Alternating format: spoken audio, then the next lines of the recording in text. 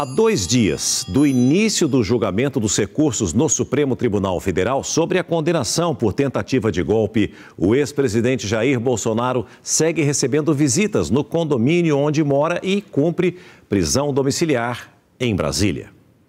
Nesta terça-feira, o deputado federal Alberto Fraga, do PL do Distrito Federal, esteve com Jair Bolsonaro por cerca de 50 minutos no condomínio onde o ex-presidente mora. Na saída, disse que Bolsonaro continua com crises de soluço e que está conformado com um possível cumprimento da pena de prisão nos próximos dias. É evidente que ele se encontra abatido em virtude dessa punição injusta. Na próxima sexta, a primeira turma do Supremo Tribunal Federal começa a julgar os recursos apresentados pela defesa de Bolsonaro contra a condenação a 27 anos e 3 meses de prisão por tentativa de golpe de Estado. Sejam os recursos atendidos ou rejeitados, a tendência é de que a ação penal passe por uma segunda etapa de apresentação de recursos antes de ser finalizada. Com o fechamento deste processo, cabe ao relator, o ministro Alexandre de Moraes, definir os locais onde os réus cumprirão as penas estabelecidas. Para o ex-presidente Jair Bolsonaro, há pelo menos 4 possibilidades para o cumprimento da pena de prisão. O Complexo Penitenciário da Papuda, um presídio de segurança máxima na região de São Sebastião, no Distrito Federal, uma cela especial na Superintendência da Polícia Federal em Brasília, uma instalação militar no Batalhão de Polícia do Exército, no setor militar urbano, ou seguir em prisão domiciliar no condomínio onde mora, após possível pedido da defesa ser concedido pelo ministro Alexandre de Moraes.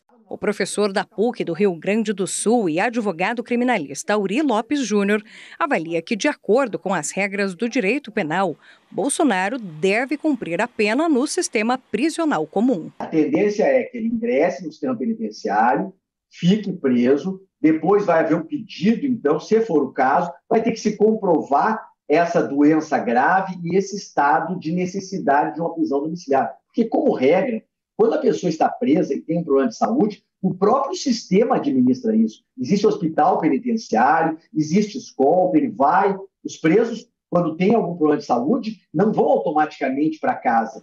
O governo do Distrito Federal negou que o Complexo Penitenciário da Papuda, área que também abriga a Penitenciária Federal de Brasília, já esteja em preparação para receber o ex-presidente. Mas esse é o comentário geral, né? Muita gente diz que a Papuda está sendo preparada já há algum tempo para receber o ex-presidente Jair Bolsonaro. A gente continua a falar sobre o julgamento do recurso apresentado pela defesa do ex-presidente. Agora com a análise do advogado constitucionalista André Marcília. Marcília, muito obrigado por ter vindo mais uma vez estar conosco aqui no SBT Brasil. A primeira pergunta que eu te faço é a seguinte: o que o ministro Alexandre de Moraes deve levar em conta para definir, como nós acompanhamos na reportagem, qual o local onde Jair Bolsonaro irá cumprir a pena? Para onde ele deve ser levado? Veja bem, César, primeiro que a gente precisa entender que ele só pode ser preso, cumprir definitivamente a pena quando o processo acabar. Aconteceu o que a gente chama o trânsito em julgado, ou seja, os recursos serem esgotados. Isso não ocorre automaticamente com o julgamento agora do dia 7. Então, os embargos de declaração serão julgados, depois disso abre-se um novo prazo até para novos embargos de declaração ou para embargos infringentes, enfim, outros recursos possíveis. Se esses recursos não forem feitos ou apenas após eles serem julgados, é que a pena definitiva seria cumprida, e aí pode ser cumprida na Papuda ou em algum outro presídio. O que o ministro deve levar em conta? Se nós entendemos pelo percurso que ex-presidentes tiveram até agora, deve levar em conta a segurança de uma autoridade, que foi do Brasil, e também a segurança dos demais presos que existem em um presídio. Houve até, a respeito dessa questão da Papuda, manifestação de intermediários do próprio governador do Distrito Federal falando que haveria risco de rebelião se ele estivesse na Papuda, ou até a própria saúde do Bolsonaro estaria em risco. Por isso que ex-presidentes costumam cumprir em uma sala especial fora de presídios. Isso aconteceu com o próprio Collor, aconteceu com o Temer, aconteceu com outros ex-presidentes na nossa história e deveria acontecer também com o Bolsonaro, até mesmo, não apenas, mas até mesmo pela saúde dele. Você citou que o Temer e o Collor foram prisões mais curtas, vamos dizer assim. A mais longa foi do ex-presidente na época, Luiz Inácio Lula da Silva, sim, que também ficou numa cela especial. Mas o que as pessoas dizem é que a dele ainda cabiam recursos. Ele foi preso já em segunda instância. Essa é a grande diferença entre a prisão do Lula e uma possível prisão do ex-presidente Jair Bolsonaro ou não? Não necessariamente, porque nós não estamos falando aqui de uma questão meramente jurídica, mas de segurança. Esses ex-presidentes acabam ficando numa cela especial, não porque eles mereceram ou porque faltam recursos e etc. Enquanto houver a possibilidade de recursos para o Bolsonaro, ele deverá permanecer na prisão que já está, que é a domiciliar. Certo. Mas quando isso se esgotar, aí sim essa escolha vai depender de uma questão relacionada à segurança. A segurança é o que leva um ex-presidente a não ficar com os demais presos. Perfeito. Agora, há pouco, o SBT Brasil mostrou que o presidente Lula falou em investigar a nível federal a operação que terminou com 121 mortos no Rio de Janeiro. Agora, federalizar a investigação é sim um caminho possível, na sua opinião? Olha, no Brasil tudo é possível, mas não vejo, César, como desejável. O que precisa haver é uma integração entre governo federal e estados. A gestão da segurança pública, por lei, inclusive, é de autonomia dos estados. Seria muito ruim que o governo federal puxasse para ele essa função, ou mais essa função.